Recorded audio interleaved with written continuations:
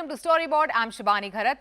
Peter Mears, CEO at Havas Media Group, was visiting India around this festival time. Peter, who has spent over 2 decades in a media agency setup, has a very optimistic outlook for the India market. I spoke to him about many things, including the growth strategy and investment plans for the country. How has the business fared in terms of growth during these uncertain times? What are the challenges of running a media agency setup today? And much more. Peter, welcome to CNBC-TV18.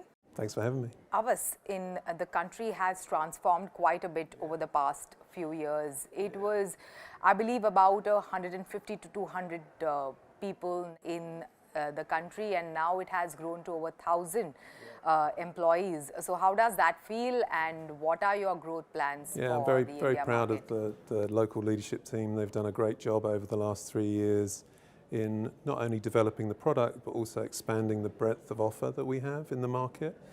And I think we've done a great job in attracting new and different capability partners into the family, which has really helped our client relationships and created a stickier and deeper relationship with many client partners. So I'm super proud of the team here. I'm super proud of the progress we've made, and it's great to be now a 1,000-member family in India. As you say, we were only 300 a couple of years ago.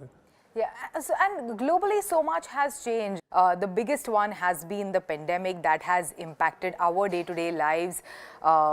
Currency, market fluctuation, ongoing war, inflationary headwinds. How is all of this, Peter, impacting your business? Well, it's a lot, isn't it? I mean, as you know, the list that you've just gone through is significant, and that's just in the last 3 years.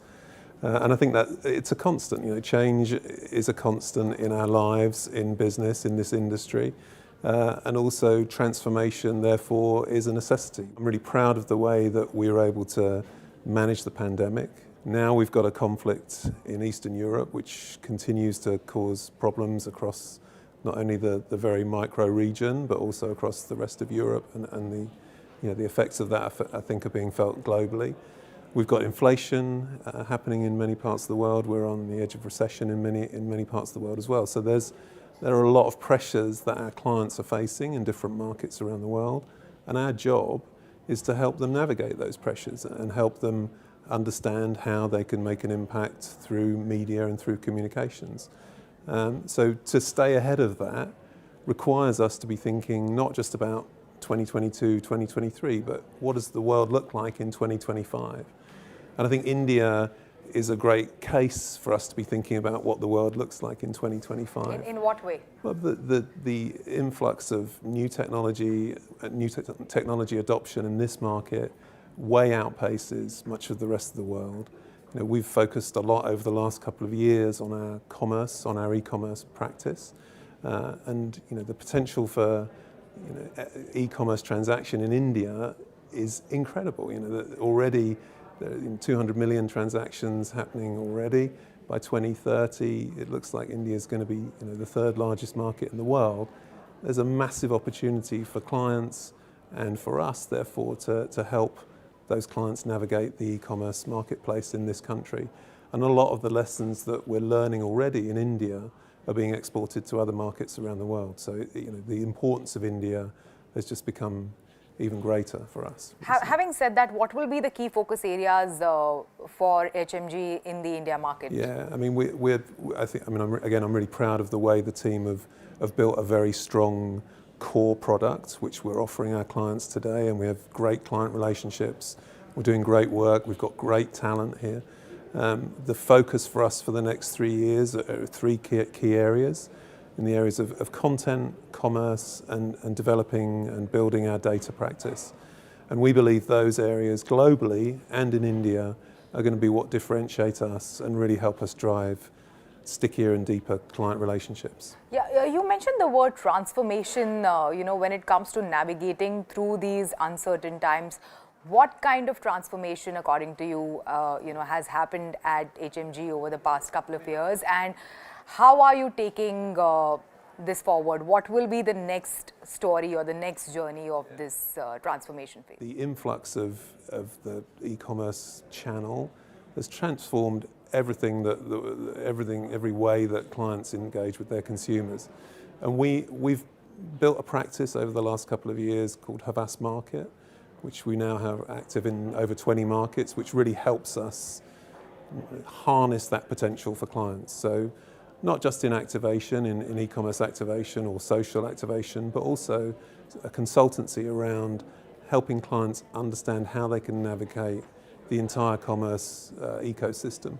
And that, I think, is already starting to help change the way that we engage with our clients, but for the next 3 to 5 years is going to be a massive focus for us. Yeah. And particularly in India, given the scale of the population here and all of those people having amazing computers in their hands to be able to buy stuff is a great opportunity for us. And also, if you can throw in some light on how do you maintain a profitable media group during these uncertain times? Because typically when things get tough for these big FMCG companies, automakers, the first thing that gets hit, of course, is the marketing and the advertising budget, and which in turn will definitely impact your business. So how do you maintain that during these tough times? Yeah, I mean, I think that what we've been able to do over the last couple of years is really focus on our core.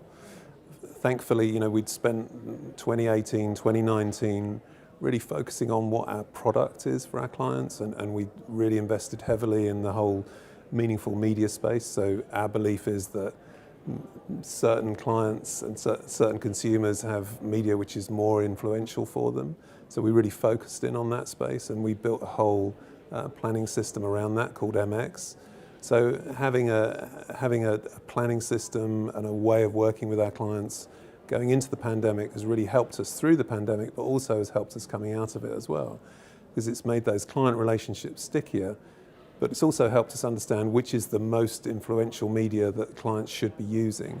And I think that's really helped us secure those relationships and also ensure that the investment that we're making on our clients' behalf is having the greatest impact. Earlier, it used to be your WPP, Omnicom, IPG, these were the groups that had significant say and stake when it comes to the business in the India market.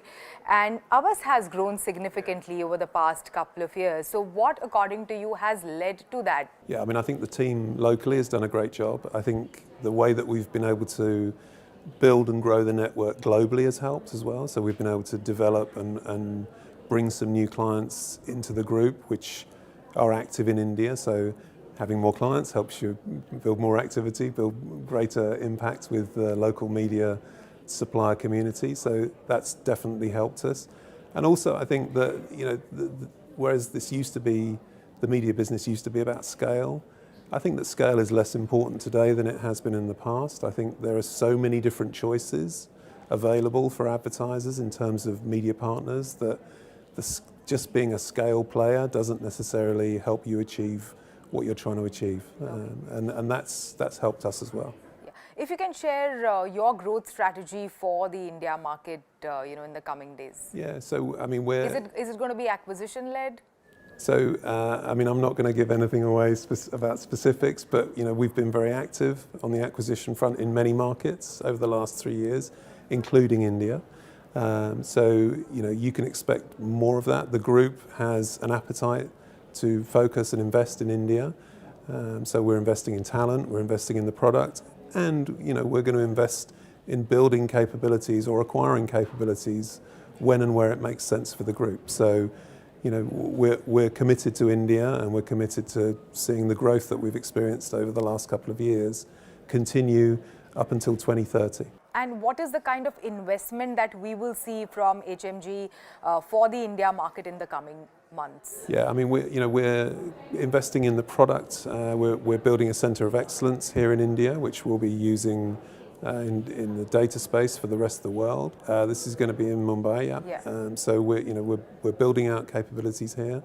And also we're looking at different acquisition opportunities around specific capability areas. I mean, like commerce, like data, like content. Those are the areas that we're interested in.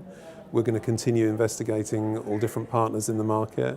and see what opportunities there are for growth. All right, thank you so much and all the best for that. Thank you so much for having me. It is time for a short break. On the other side,